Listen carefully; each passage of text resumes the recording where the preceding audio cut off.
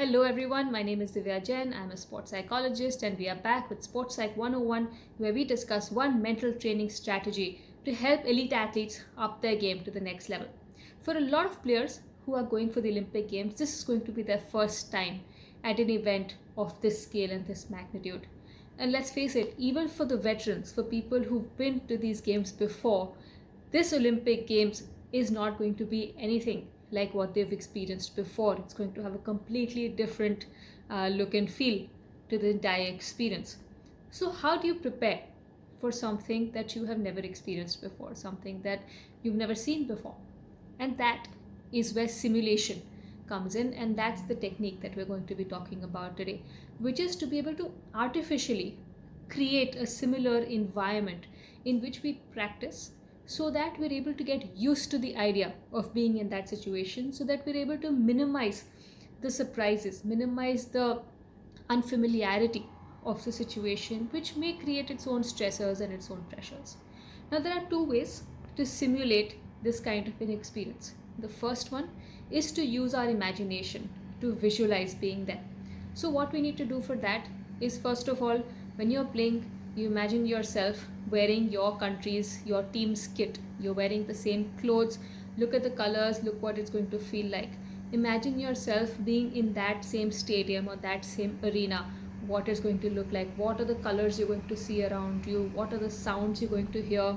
This time, in fact, you may be prepared to hear absolute silence given the fact that there are going to be no spectators who are going to be allowed. How can you visualize that kind of a situation? Can you see the referee who's also going to be there? What else are you experiencing? What's the weather going to look like? What are you going to be feeling internally in terms of your own physiological arousal that you might be experiencing? So try and make sure that you visualize this entire process and you're able to see yourself and feel yourself play those same matches in those same ways. The more senses you use, the more detailed you make your visualization, the more vivid it is, the more it will help you to actually simulate that and get a similar experiences. What you also do in this time is try and think about the different kind of roadblocks that you may encounter, certain kind of difficulties that you may experience. For example, how will you go about handling the jet lag? How will you go about handling the differences in food that are going to be there, or the difference in the crowd, the difference, all of those aspects need to be considered. So you can also use this as an opportunity to plan for such obstacles so that you're also prepared and you have a roadmap of how you're going to deal with some of these situations. What if there's a referee whose call you're not happy with? What if there are a couple of more fouls in the competition than you're prepared for? How do you deal with those adversities? So you make sure that you have a mental plan when you go for those. Now, the second way of creating these simulations is through actual practice. So make sure that you create an environment where you're actually putting yourself in the same situation, also called control trials in certain sports, where you make sure that it's the same demand that you have, where you're competing against the same number of players, where you're trying to achieve a certain amount of time. Make sure that you expose yourself to certain pressured situations even in practice. So a money ball strategy is a great way of doing it. Having people cheering, watching the match is a good way to build in some kind of pressure. Playing with a handicap, using streaks which create a lot of fatigue, which create a lot of frustration, irritation.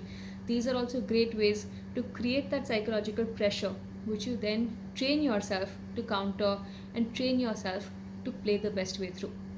Now, the most important thing to remember about practice is that you have to be as authentic, as real as you would be in your match. There can't be any shortcuts here. A lot of times you hear people say that, oh, in my practice, I give it 60-70% and I'm saving up that energy for the actual match. Now, what happens here is that when you practice and you give your 60 to 70%, your mind and your body are both learning that. Every practice is a form of learning. And let's face it, both your body and your mind work differently at 60-70% than they do at their 100%. So no matter what kind of task you're given, right, no matter what kind of training load you have, it's possible that during the later phases of your training load may reduce for the optimization of your recovery and making sure that you're absolutely fit to play the games.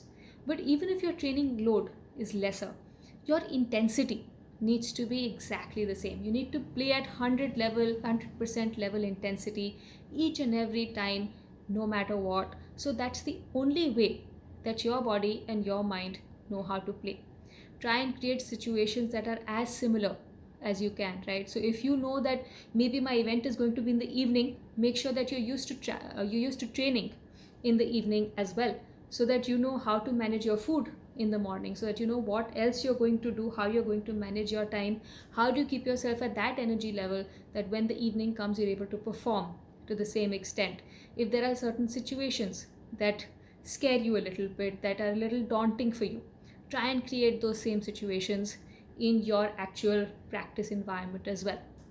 The more that you're able to create this familiarity, the more that you're able to put yourself in these similar situations, whether through your visualizations or through actual practice, you will be that much better prepared. There'll be far fewer surprises, and that really is going to be the key to your mental training.